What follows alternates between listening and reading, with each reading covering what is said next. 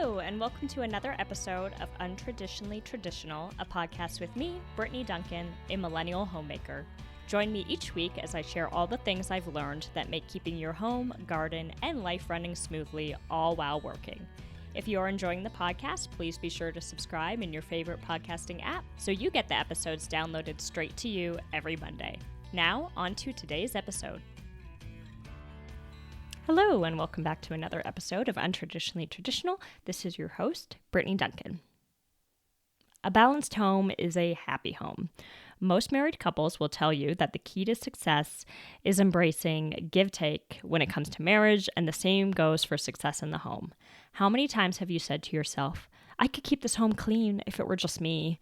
The home plan would flow seamlessly if everybody would just stick to my plan. Hey, I've said it too, and you know what? We're probably right. We would have spotless, organized homes that run seamlessly, but we would lack the one thing that makes a home, and that's our family. While give-take is important, so is respect. Let me be clear that I'm not advocating for you to let your spouse or significant other disrespect the hard work, time, and money you pour into your home. But let's unpack that a little bit more. Disrespect. My opinion here on what does and does not qualify as disrespect. Disrespect is not disagreement. It's not one party doing things a different way than the other would like. If our partners create extra work for us, that isn't necessarily disrespect. In my opinion, for someone to disrespect you, there has to be an agreed upon system or foundation that's being violated. Often as homemakers, we create a system that works for us and that expect everybody else to magically fall in line. This doesn't work, and it can make homemaking feel like you're swimming upriver against the current. You've probably heard that communication is key in any relationship, and I found this to be true, and it's certainly true for obtaining family member buy-in in your home's operations. I've mentioned martyrdom in homemaking before because it's really common, but honestly, if we're not creating a system that has stakeholder buy-in from our family or roommates or whatever your situation is, what do we expect? If you create a system that works for you and you don't take in other people's concerns, needs, wants, you can expect that it will be on you to do and to keep running because it's solely your system. So, how do we go about having these conversations? First, identify what's important to you. Is it having a pretty home, an organized home, or a clean home? And I can hear you saying to yourself, I want a clean and organized home that's pretty too. Hey, I'm with you. But it's really important to identify what your primary want is. For me, I'll shamelessly admit it, I want a pretty home. I grew up on Pinterest, okay?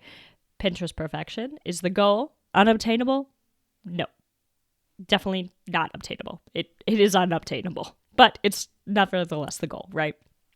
Through communication, I can tell you that my husband's primary goal is functionality. He wants a home that works for him, that doesn't make things harder.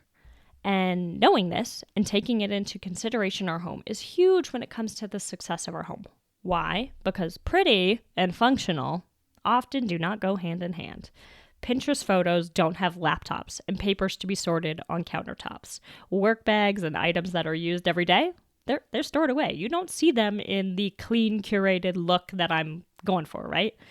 Without identifying Johnson's goal of functionality, I could take his action of leaving his work bag out, papers on his bedside table, items that are not home decor in sight instead of tucked away in a closet as disrespect. And this is an example of how without communication, our narratives can conflict. I can think to myself, doesn't he see the hard work I'm putting into cleaning and decorating? He could think to himself, why can't she leave the items that I have out where they are? I hate having to search through drawers to find my stuff. If I don't see these papers, I will forget that I need to take action on them, and so I need to have them out. She's not respecting my space and the fact that I live here too. Oof, just saying that out loud makes my anxiety ramp up a little bit. But I encourage you to take the bull by the horns and get your home balanced. Remember, give, take, give, take, give, take. Pinterest isn't real. If you've ever listened to someone talk about their home being shot in a magazine or television series, what happens is a crew comes in. They redecorate. They remove anything that doesn't go with the desired aesthetic. They bring in their own decor and embellish what you've got going on, right? They shoot the photos, camera footage of the desired area, which looks stunning and perfect and clean, and you, the viewer of the content, never sees the pile of personal effects, papers, and boxes just out of camera view. And this is where I encourage you to be cautious with your media consumption. Please see it for what it is, and remember that nobody hangs bad photographs on the wall. What you're seeing on Pinterest, Instagram, your favorite design magazine is only a snapshot, and it's curated, thoughtfully designed, and let's be honest, staged. It's a snapshot. It's not real. We strive. I'm admitting I'm more talking to myself here than anybody.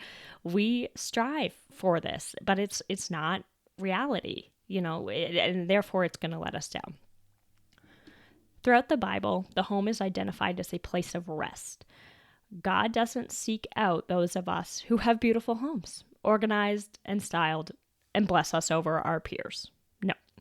God directs us to take our home and make it a place of rest and dedicate it to God. God seeks for our homes to be places of rest, hospitality, and community where we come together in dedication to the Lord, a haven of love.